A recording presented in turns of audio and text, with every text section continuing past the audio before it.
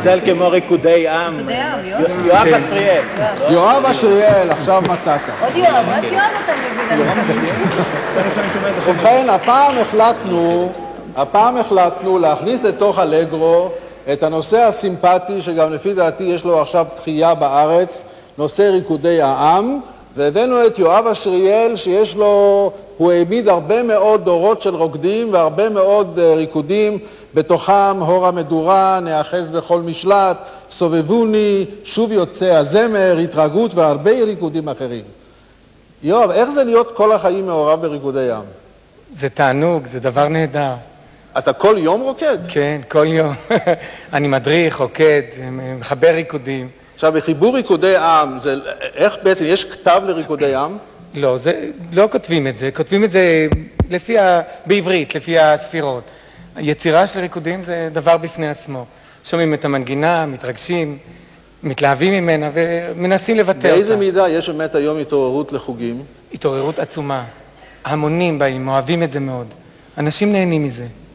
ובכן, ריקודי העם הם שלנו, הם מקוריים, יואב יצר הרבה מהם, וכיוון שאנחנו כבר פה, ובכל זאת זיהו אותך, אם כי רק אחרי שהסירו את מעליהם. אחרי הזמן.